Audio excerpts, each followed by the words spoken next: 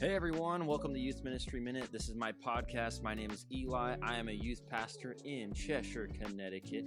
And I just started this channel to be able to share with other youth pastors and get some thought-provoking ideas and just give people some tools for ministry and maybe save themselves a lot of money, because I went to school for this. It was super expensive. And I don't want anyone else, if they don't have to do like all this crazy amount of debt to learn a lot of stuff that really you could learn from a great mentor or reading a bunch of books. And so here we are. Today I'm going to give us a tool that if you don't really know about it, there's a couple of places online that we can look to find great information for youth ministry. Today we're going to be not reviewing, but kind of reacting to 5 critical changes in post-pandemic youth ministry. This is written in August 10th of 2022, so not quite a whole year old yet, but is from a great resource called the Fuller Youth Institute. It is a online resource that handles youth ministry and is Christian-based. Here we go. We're going to look at this, the challenges facing youth ministry and post-pandemic. Number 1, the challenge of instability and the opportunity to prioritize consistency. I'm going to do this real quick. I'm going to just read all 5 of them, and then we'll dive in. So number 1, the challenge of instability and the opportunity to prioritize consistency. Number 2, the challenge of rising teen anxiety and the opportunity to alleviate mental health. Number 3, the challenge of identity and the opportunity to nurture identity formation. Number 4, the challenge of belonging and the opportunity to practice repeat hospitality. Number 5, the challenge of purpose and the opportunity to promote meaning making. So here we go. And the reason I'm reading this is my opinion, but we're going to be dealing with the fallout from COVID. I know a lot of people are really, really done with talking about COVID, but the fallout for COVID is really going to be something that we're going to be dealing with for the rest of this youth ministry cycle. I'd say we are 1 year into probably like a 7-year, just like put heads to the ground, hands to the plow, and just work through some stuff that kids have been dealing with developmentally. Things in COVID really mess with kids' social development, the way that they can read each other's body language, the way that they learn how to make friends. Everything is just, it's really out of whack for these kids, really just not a great situation. And that's our job, to really help them reacclimate and reconnect to what really is the new, I hate saying that, the new normal. It's just like such a ridiculous thing. The new normal. It's like things have returned back to normal in a lot of ways, but the kids don't necessarily feel like things are normal, and that's the important part. For us adults, things are really returning a lot to a place of normal, but for kids, they're still navigating. They haven't really learned everything that we as adults have learned. So number 1, the challenge of instability and the opportunity to prioritize consistency. The student who walks into your youth room this fall may have been through a lot of change, even for those who enjoyed relatively stable lives pre-pandemic. Their recent experiences have been marked by disruption, disappointment, and loss. The pandemic has been their generation's defining moment. We're going to kind of talk about this defining moment. Your grandpa was like, back in my day, we walked up and down the hill both ways to school, and it was uphill both ways, and we were super tough, right? And that's kind of like their defining thing, was maybe going through like the Great Depression, maybe going through, for a lot of millennials, it was like the Great Recession. For Generation Z, it is the COVID-19 pandemic, and that is their defining, maybe big event. So Most of all of us know teenagers who've had big events, sports tournaments, school trips, promotions, graduations, and proms canceled because of outbreaks. Many of the teenagers I know have had to miss these events themselves thanks to positive test results, even though all their peers got to attend. Yeah. So it's basically just talking about like, hey, kids have not gotten to experience life the same way that all of us gotten. And I know that this is kind of like, duh, but a lot of times we forget all of this.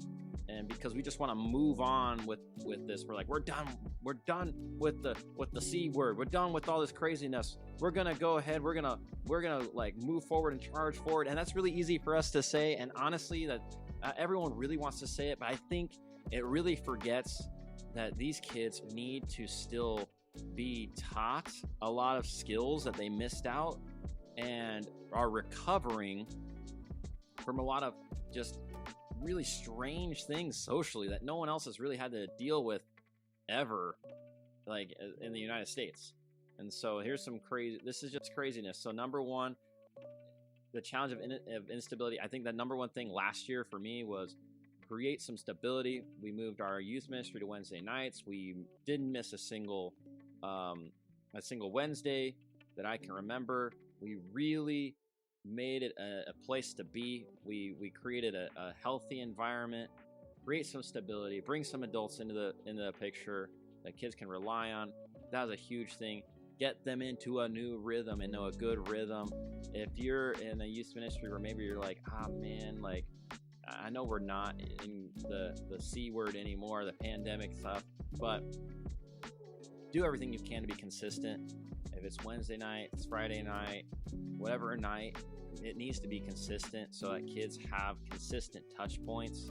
And touch points is this opportunities where your ministry gets to interact with them and create relationships with them. So create those consistent touch points.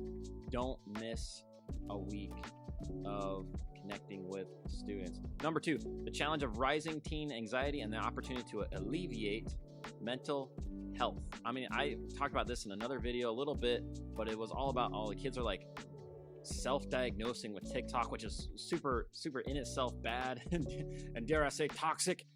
Do not get your diagnoses from TikTok or WebMD. Don't do it. Don't Google it. You really need to go to a doctor. But the thing is, a lot of people are really dealing with that social anxiety of like, I don't even know how to make friends anymore. And I'm dealing with this. I don't know if you guys are dealing with it.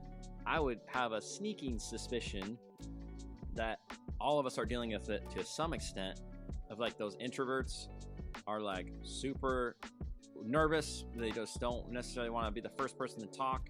We really need to connect these kids. And what I call it is like, be like that. Man, we used to, not what I call it, but I'm always trying to think of a different name for it, but like the youth group ninjas, where like they don't know that you're connecting them to another student who has a similar interest, similar school, similar grade. You're trying to find those little nuggets, those little Easter eggs that kids will want to connect with each other about and connect with you about. So basically get an adult, or better yet, another student who can connect them and who can get the little nuggets out there and go, hey, you like baseball, or you like swimming, or you like this band, and then just start conversations, and then boom, let them be free. Let them just like go do as they will. Get them to talk, because a lot of kids are just really nervous to be the one to start the conversation. So have your adults, have your other students be the ninjas, be the connectors, be the great connectors. That's our huge focus for me and my team right now, is find ways to be connectors and help with the anxiety. I had a student come up to me. Oh, not really come up to me. I had to ask. And that's another thing. Like, kids are not always going to come and up and tell you what's wrong. Like, you have to go ask. And so you cannot be above going and asking your students what's up. And so I went and asked this 12-year-old, she might be 13, but yeah, middle school girl basically. And I was like, hey, I haven't seen a youth group in a while. What's going on? She's like, well, I haven't been to youth group in a while because just the hangout time is really awkward for me. I don't know anyone. And basically she had stopped coming to youth group because she felt like the hangout time was super awkward. She didn't have anyone to hang out with, wasn't connecting with people.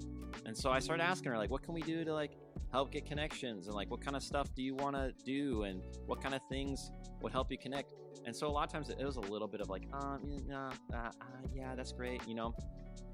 And kids might feel a little bit awkward when you ask them things, but we need to be open to hearing their feedback, even if it's from a less than like what you would want kind of feedback. Feedback is feedback. Now, some feedback is helpful and some feedback's not, but we got to listen to the feedback. And so just because feedback's coming from a source that you don't like does not mean you can just write it off because kids are younger, or you're like, they don't know what they're talking about. No, kids know what they like and what they feel comfortable with. And so ask them questions that are appropriate to the situation and get their feedback on things, because they'll tell you if you ask them a lot of times what's going on. You have to know what's like the heartbeat, the pulse, you know, like putting your hand on the carotid artery. Why is your youth group dying? Well, you're probably not talking to the kids who have the pulse. And for me, just like we were really, really having a hard time connecting with middle school girls last year. And so I've been spending a lot of time, how can we reconnect those middle school girls? How can we get some activities? We've had great activities for the boys and the high schoolers. We've got to find some activities for the girls, and that's what I came to a conclusion for. So we got some coloring books. We've got the ninjas going more. I hate that, the ninjas. Oh, but that's all I can think of. We used to call it that at different jobs, so now it's like ingrained in me. The youth group ninjas, they don't know you're connecting each other. No, they know. They definitely know. Kids are smart enough. They know when you're walking up, you're like, here's this random person, talk to them. They're like, they're gonna be awkward, but you know what? Like, get them connected. Try to make it as little awkward as possible. And the more smooth you can make it, the more less awkward you can make it, the better. It's gonna be awesome, and it'll help alleviate a lot of that stress and anxiety that a lot of kids are having right now. And some people are saying, I forgot how to talk to people. Well, we just gotta get them back in situations where they're talking to people. And what do they call it, like something in psychology? It's basically like, hey, exposure therapy. That's what it is. You go get some exposure therapy. Start exposure therapy in your students. Get them socialized. Number 3, the challenge of identity and the opportunity to nurture identity formation. One of the core questions every teenager asks is the question of identity. Who am I? Who am I? I still ask that sometimes, and I'm a full-grown adult. Who am I? So they're basically walking through life, and they're trying to answer these questions. What am I supposed to do? What's my purpose on this world? What am I like? Who am I? And we got to help answer that question with who does God say I am? Who does God say you are? Like what purpose does God put you on this world for? And help them explore and experience things so that they can begin to answer those questions. God has a plan for their life. Make sure they know that God has a plan for their life, and don't make it a mystery. Like, don't even not that we make it a mystery, but kids think it's a mystery. And so doing our best to make sure they don't feel like it's a mystery and helping them discover. I keep telling my students, there's no substitute for time. There's no substitute for putting some time into prayer with God. And so that's important all the time. The challenge of identity and the opportunity to nurture identity formation. Like, kids got to know that they're more than their labels. They're more than whatever, category that society is trying to fit them into. Identity stuff. I don't know how many of you guys are dealing with the LGTV or the Transformer stuff, but we've got to be addressing these things with the gospel. And I encourage you, don't adopt stuff that society is trying to put on these kids. Our job is to look at the scripture, look at how we can apply it to our lives now, and now even more than ever, and find the relevant ways to communicate and bring the Bible to life. That's what I've been thinking about for my kids. We're going through the book of Judges right now, and there's some wild stuff in Judges, and you're like, what? That's in the Bible? But the thing is, teaching them the stories to help bring it to life, bring the gospel to life in just their minds. And if we can get that to come to life in their mind, it's going to be able to come to life more in their life and create transformation. Teach for transformation, not behavioral modification. Number 4, the challenge of belonging and the opportunity to practice repeat hospitality.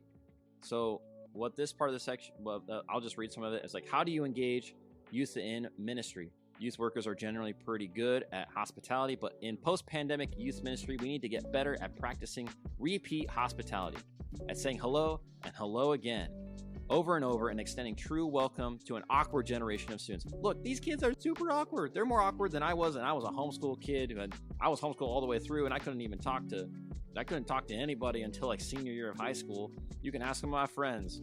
Well, please don't ask my friends. Don't stalk me. I always tell people, don't stalk me. But you can ask people. Like, I was pretty awkward, and these kids are way more awkward than I think I ever was at times, because you're sitting there and you're talking to them. They're like, I don't know. What do you like to do? I don't know. Do you like baseball? Oh, yeah. And then you like start asking them questions. And sometimes they don't always do well with the open-ended questions, so maybe ask them specifically, hey, do you like X? Do you like baseball? Do you like track and field? Do you like this band? Do you like this movie? Do you like Marvel movies? That's an easy one. It just like kind of talk to them about like open-ended things and get them really like commonalities. Get them thinking about commonalities and being hospitable. Like, there's gonna be kids, and I have a lot of this. There's kids in your church, families who are super involved in your church. I know it because I have it, that are not getting their students connected with the youth group. And maybe it's because they got out of routine, whatever it is. And that, I think part of the article talks about like they got into the routine of not having church. And so we got to keep welcoming them and bringing them back to the meeting place, the HQ. And so part of this article also talks about we as leaders need to be safe adults for kids and helping to manage conflict, navigating emotional overload, and learning and relearning, because a lot of these kids, they are not doing well with making friends and keeping friends. There's a whole other article I read from somewhere else. I'll try to do a video on that was talking about how students, teenagers, Gen Zers, are having a really hard time making friends and keeping friends, and there's a lot of social issues that came out of the pandemic. So maybe I'll make another video about that to kind of go over that. It was more of a blog thing, but I thought it had some interesting things to maybe react to and talk about. But welcoming youth is super important. Keep welcoming them back. Make sure you know their name. I know it's really hard sometimes. I've got a note thing on my phone, my iPhone notes. I've got a list that says youth students, and I try to connect, like, who's this brother and who's this mother, and who like connect families to each other and what they like. Make little notes. It really helps me know every single kid in my youth group.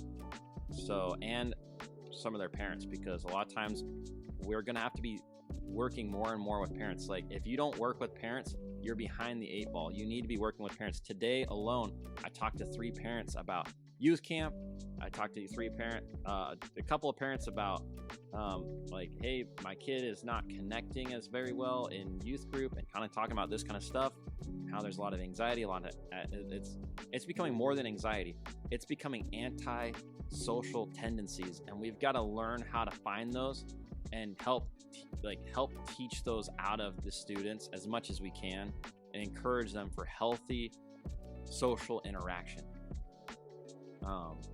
There's going to be a lot of kids. The end of this article, or not article, end of this section says, finally, given how many students might be in our records, but not our youth rooms, these days it's more important than ever that we enact strategies for reaching out to teenagers who aren't showing up to our programs and our gatherings. Look, I have got on my church books 95 students. The most I've ever gotten at youth group is 51. That to me means I've got to find ways to connect with families and connect these students back. And so what I've started doing is, because kids are not really they're kind of being antisocial a little bit, and it's not just with adults, but it's with everyone.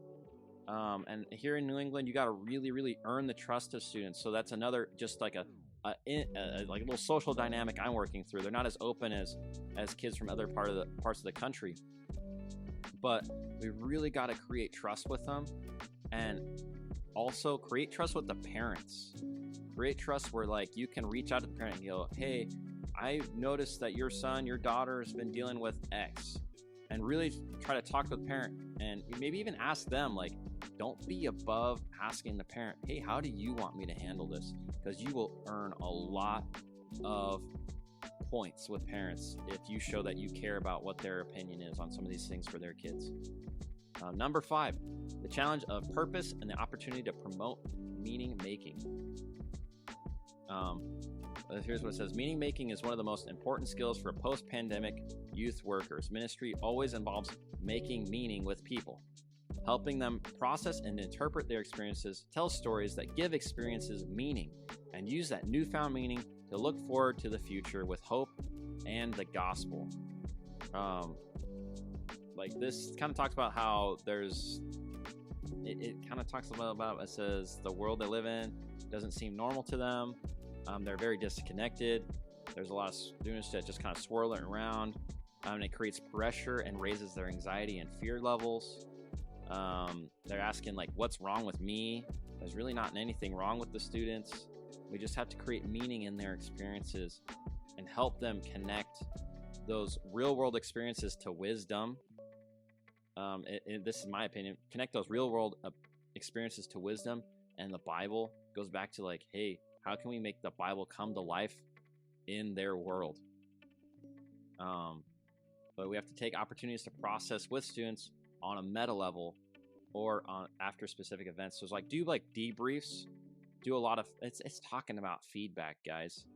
It's talking about talking to your students about the experience you just had and seeing what they thought about it.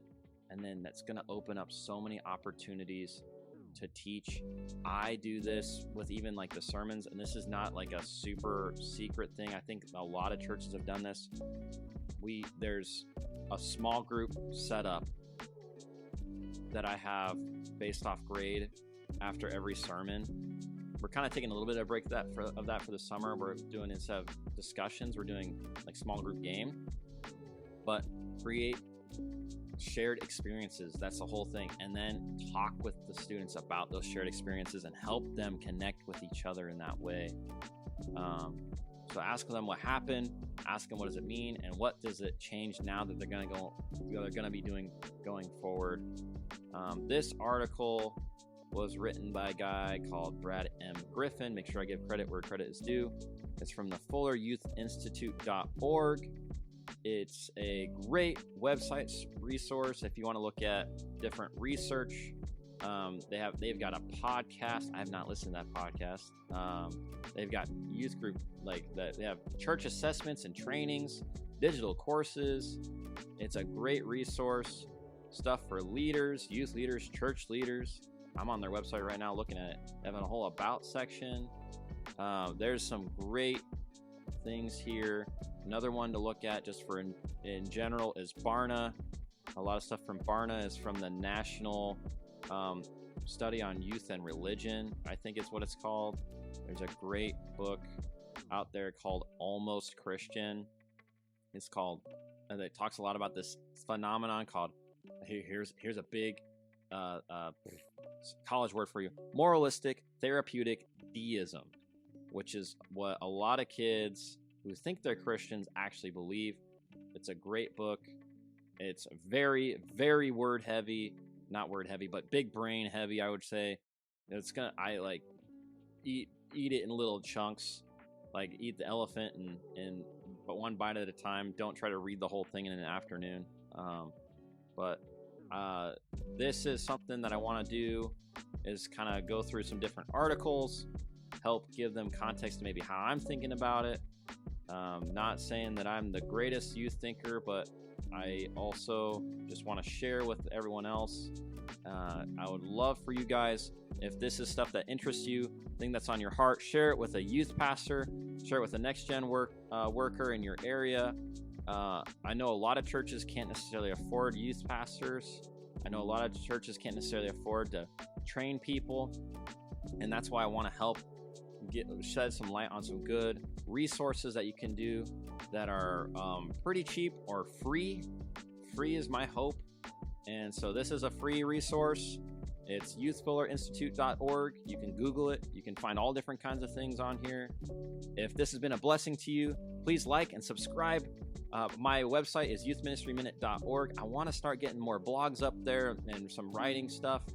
I would also love it if you guys would smash that like button and subscribe. Hit the notification bell. This is a pretty new channel. I haven't even been doing this for 2 months now. And I just want to be a blessing because God has just blessed me to be able to work in youth ministry full time at a great church that allows me the ability to research and be able to really lean into the youth specialty stuff. But kids need us more than ever. The church has less resources than I think we're used to.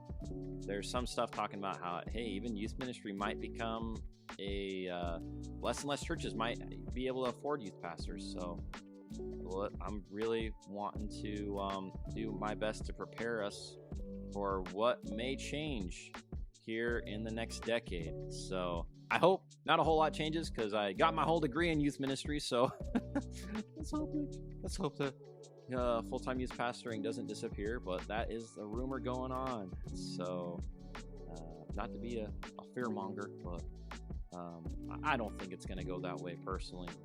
I think youth ministry and kids ministry are the two most important things in your church for your church to grow. And if we start letting those two things go, then the whole church will just kind of go. Because you know what? A lot of parents will sit there and they will listen to a really boring, like super boring pastor because their kids are getting fed the word in a great way and it's coming to life for their kids. So let's do a great job for these students and we'll keep our churches afloat. I'm just kidding. I know we're not going to be the only ones to keep the church afloat, but I'm a little bit profession biased. Youth ministry is the most important.